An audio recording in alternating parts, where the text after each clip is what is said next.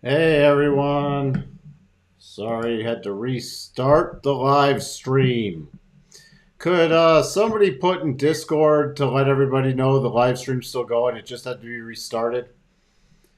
We'll get Bob's here. We'll just wait like 30 more seconds for everybody to come back in. You know where I know there were some questions. I don't know if, we'll have to get them retyped. yeah, if you, I think John A had a question specifically, but there it is. Did Japan intervene? They did. That's an understatement. Yeah, they did. Uh all right, Sterling tweeted it out. Good. So, all right. What you know what I would like to touch on again, Bob? What's that? What was that bit about somebody else did the same research as me and came up with the same conclusion from a very smart person? I mean, I think we should touch on that a little more. I think we should. I mean, look at Cameron Dawson's tweet. It basically matches what you said, Mike, that the yield curve has to steepen first before a bottom can be made. At least typically, historically, that's what's happened before. Um, there are a lot of things different about this particular time, but I don't think any of it applies to that research. I think it'll be the same.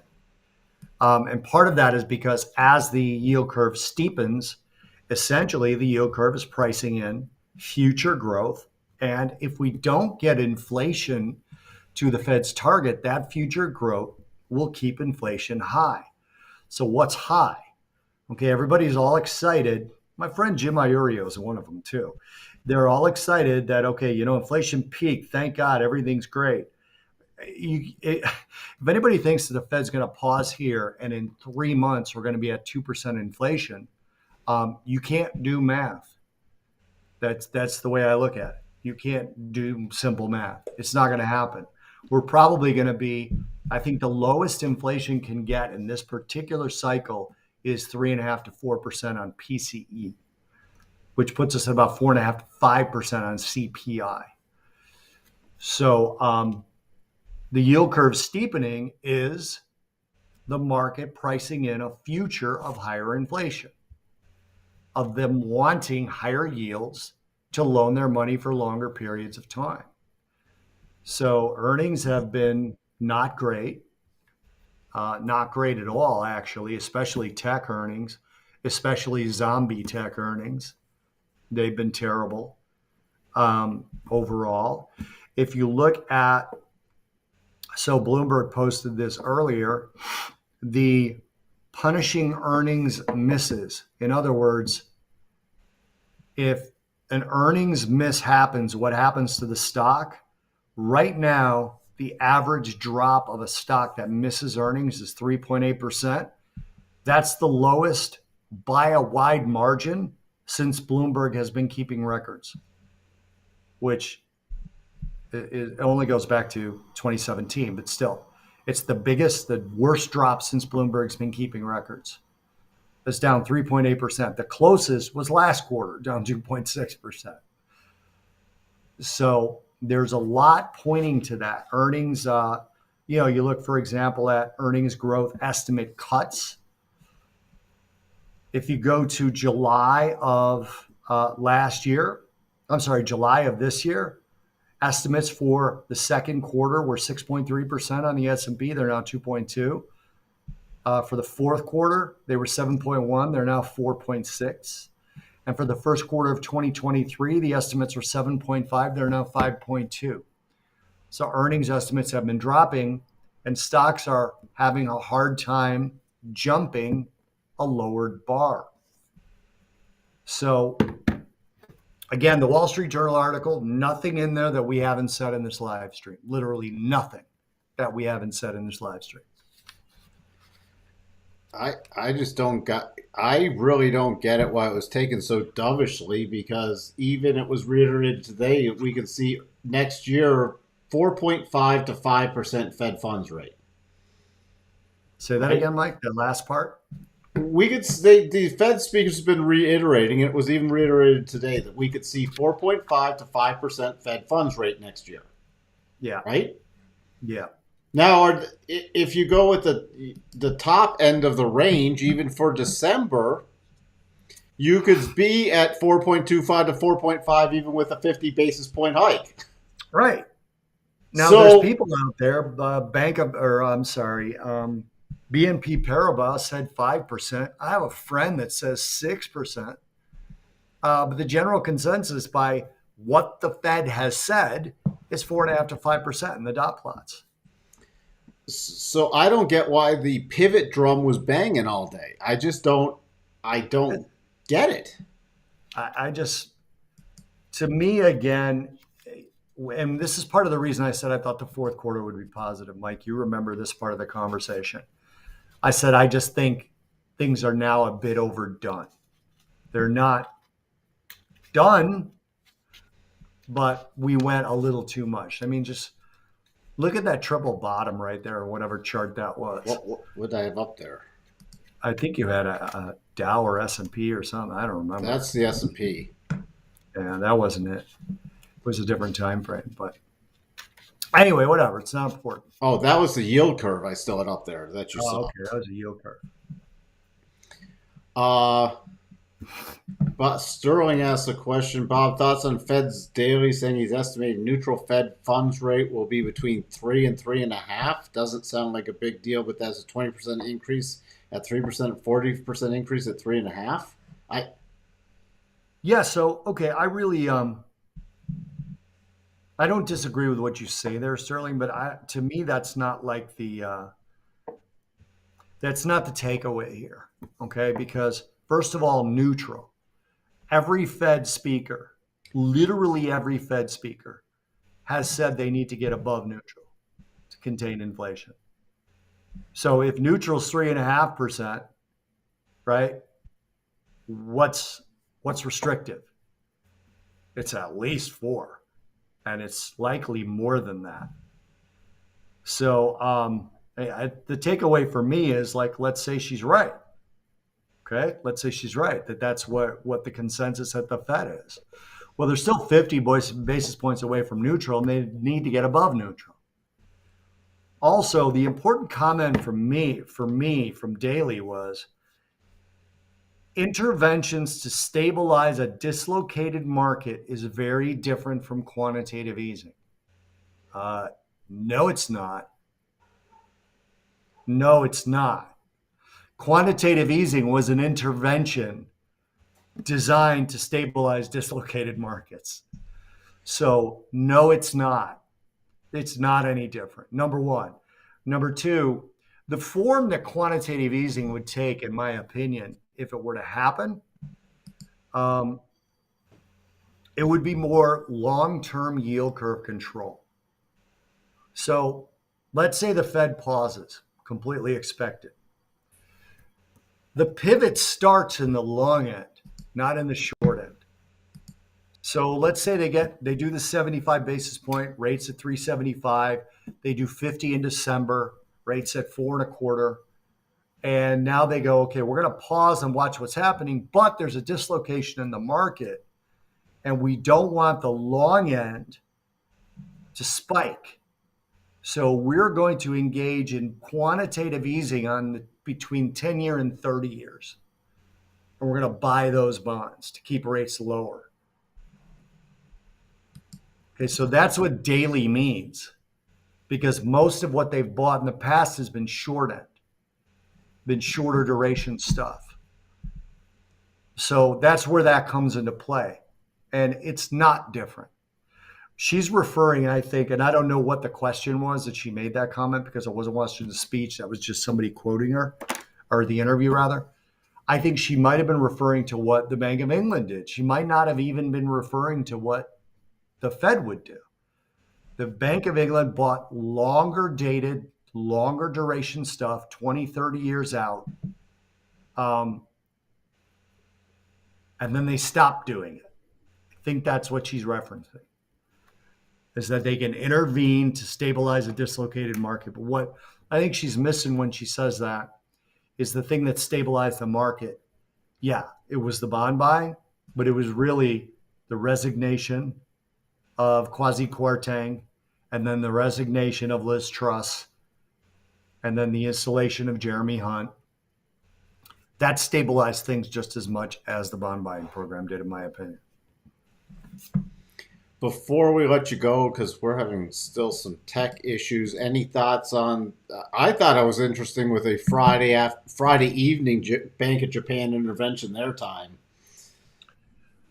Yeah, so 32-year lows, I think, is what we hit on the yen. Yeah, So dollar yen would be 32-year highs, right? No, it's the other way around. Yeah, it's that. No, I'm right on that. 1990, July of 1990 was the last time it came to this point. And I think if you look at that spike right there, that's why the Bank of Japan did that, because they're like, okay, this is actually accelerating. And we've got a meeting next week, Wednesday night, Thursday morning. There's a Bank of Japan meeting.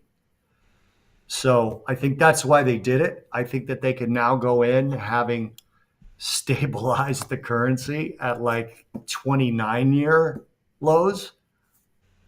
They could go in on their meeting and actually maybe make an impact. I don't know. I mean, I thought it was interesting too. And I thought this was one of the things, Mike, we've talked about this. If you're going against the market, the intervention doesn't work. Well, now you were doing this on a Friday. yeah, I know. So there's 2 days for this to sit. And you're not likely to have a lot of FX traders.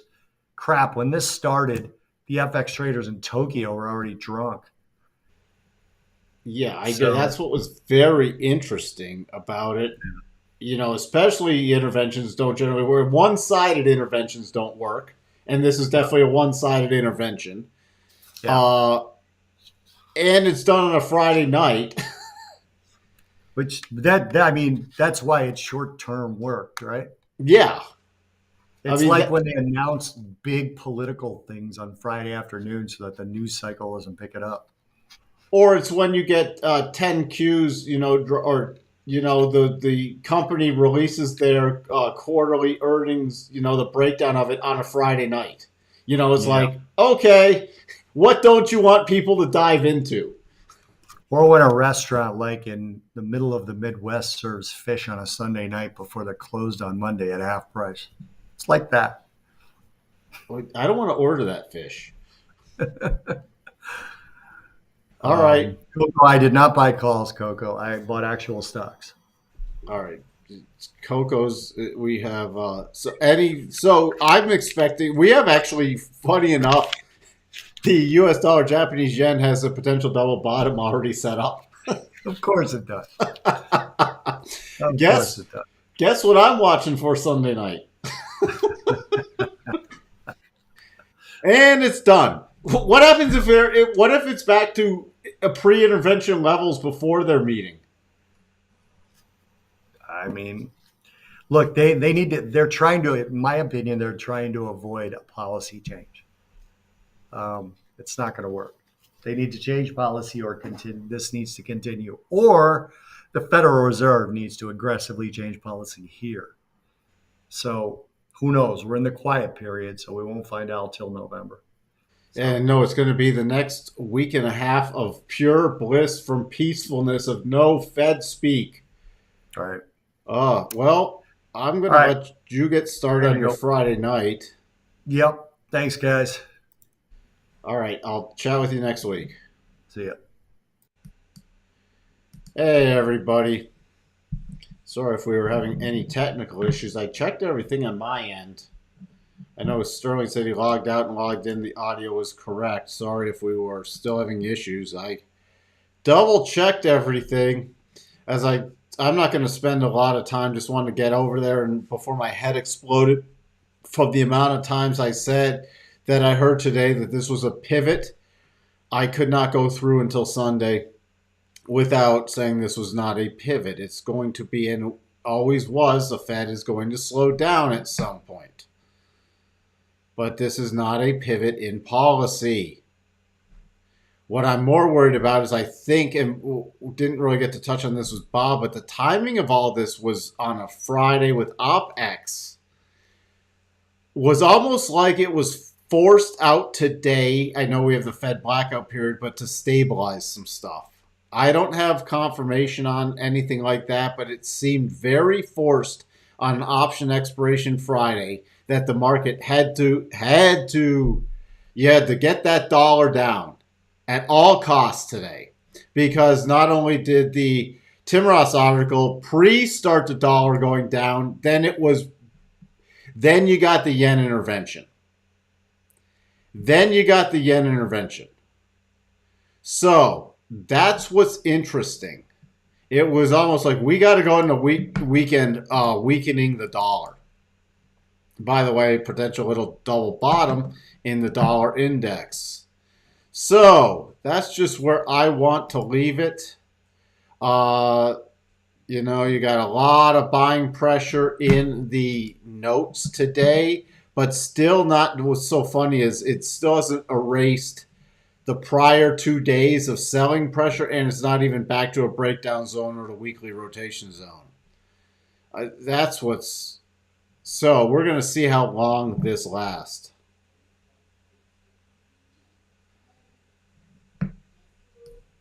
Mike, did the weakness in the dollar index at the end of the day have to do with the Banco? At the end of the day, have to do with Bank of Japan selling dollar-denominated assets to intervene? They already looked like they sold their. Remember, they did. Again, they did not announce, but it didn't look like there was selling today of assets. They can generally do that before the intervention. We might have had selling if they were selling assets the last couple of days with this breakdown.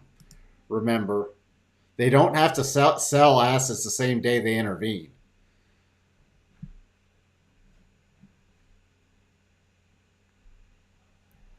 So,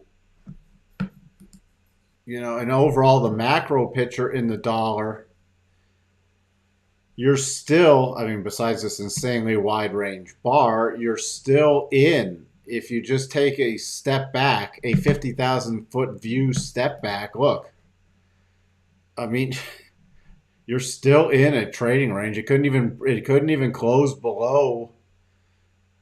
It actually couldn't even close below the 18th.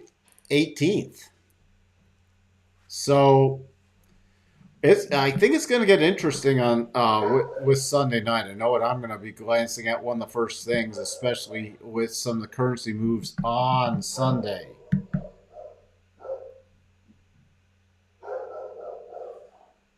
So I'll just glance at Netflix. By the way, I said to watch Google today, you know, for that. That was a really nice gap fill play. Now we'll look at Netflix. What are you getting squeezed hard in what? It never, from my perspective, never triggered the gap harmonics, and you have a major rally now in the NASDAQ. So wouldn't if you're still short this, unless you get something toppy on Sunday night, I would not want to remain short this in the short term. We can easily see still 309 in this kind of market. We're going to go into some rallying here. Well, also, guys, Waka's in the UK, and it is nighttime there in the UK on a Friday. Why don't you see if Waka's back on Sunday before you pick on Waka? Because actually, nighttime in the UK on a Friday night, I don't know if I'd be tuning into my own live stream.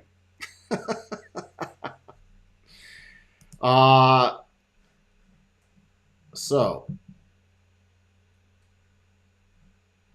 you know, you don't know. He could have stopped out as short. Who knows? Remember, people have different durations and time frames. So keep in mind. So next minor target on this also from the way prior. I mean, you're still looking. This could easily, if we get a continued rally in the markets, you could easily see Netflix get back to, especially if we get a close below 62.5 harmonic, we could easily see We could technically easily see still this gap left behind at April.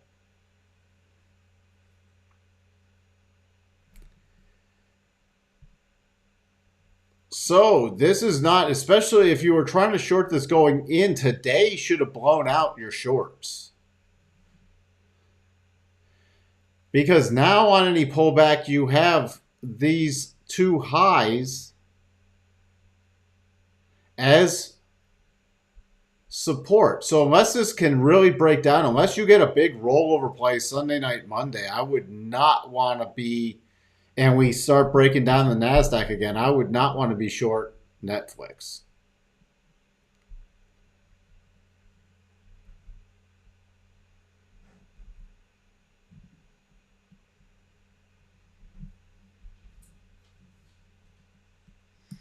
I know we are at different times. The seasonality says the next couple weeks will be good. Generally, the end of October is stronger. The key things with this year is we got a substantial election coming up in November. I still gotta go with tactile trading. Also, we still have the Dow, which the double, we're almost to the first target on the Dow double. So can this reinforce? I mean, can this still go from today's close? Close enough to raise a stop at least, but can this thing easily go 3.6% higher? Yeah. Easily. So that's still in play also.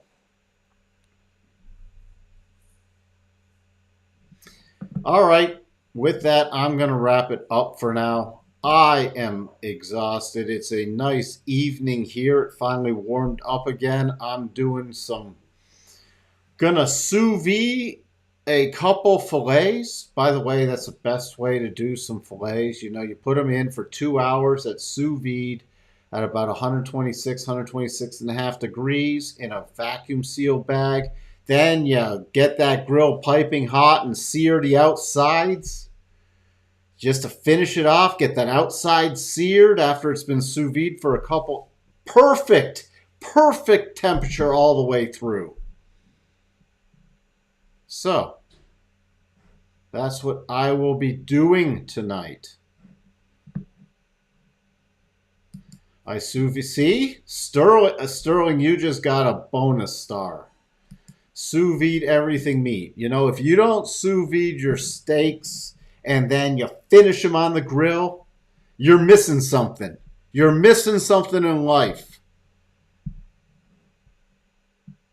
I mean, that is the way to do it. And Sterling gets the A+ for concurrent. Do you think the yen will cause the market to collapse if I think the yen could get interested, and its intervention, it will rally back. I think long term we're going to get some, and I think this time it could be at some point. I don't think we're there yet, but at some point the yen could do it. Chef Mike, thank you, Paul, for jumping in here. My wife doesn't cook. Well, my wife doesn't grill, and we take turns cooking, and she'll cook some things, and she's gonna do some of the broccoli tonight. I'm doing the meat. She does a lot of stuff, and I do other stuff, but she is not the grilling person. I am the sous vide and grilling person. And she generally does sides if it's certain meals, like when we do a wild mushroom risotto, she'll get everything all set up, and then I will be the person just to put the risotto together, cook it, and but she'll get everything prepped, including bringing the dried mushrooms up and getting all that done. It's like an hour of prep. We take turns with stuff. Lots of things, like we did enchiladas, chicken enchiladas with salsa verde last night. Oh, so no, my wife's not a vegetarian. No, she will be eating a steak tonight. Nothing wrong with vegetarian, but she is not a vegetarian. So yes, we do everything. The one thing I am the one in charge of the dishes. I do the dishes every night. That is my one of my jobs. I also do the laundry. I'm the laundry doer. Dishes and laundry fall in my court. So, we split up all the chores and housework and everything else. So it's nice and easy. As Patrick says, teamwork. Yes, sous vide is the only way to have juicy, boneless, skinless breasts. Also, you know what you can do? Shellfish. Oh, Sterling, have you ever? I don't know if you eat shellfish. Some people don't, but sous vide king crab legs, and you put in some salted butter as in the vacuum sealed bag as you sous vide some king crab legs, and you cut them down so the salted butter can soak in it while it's sous videing. Oh, because then you just you finish cracking them open, and then you want to talk about something else? King crab risotto. Woof. Oh, when I do that, there we go. Now I'm hungry. See, Josh does laundry, dishes as well. Sharing is caring. It takes the load off one person. We gotta, you know what? You help your significant other, or your partner, or your boyfriend, girlfriend, whatever it is. You help out. You help out. Makes things better. Yeah, that's you gotta try it. You can even do, it's scallop sous vide really well too, because then you can quickly super quick sear them at the end, and they are perfect consistency if you sous vide them first. Anybody who doesn't have a sous vide, you're missing out in life with your cooking style. Learn to sous vide. You are welcome, John. I'm making you hungry. Yeah. No, wasn't it snow crab season? Don't tell me Alaskan king. I thought it was snow crab that was canceled. Don't tell me king crab. Don't tell me I need and king crab legs. Most of them are frozen anyways. But don't tell me that. There will be a crisis.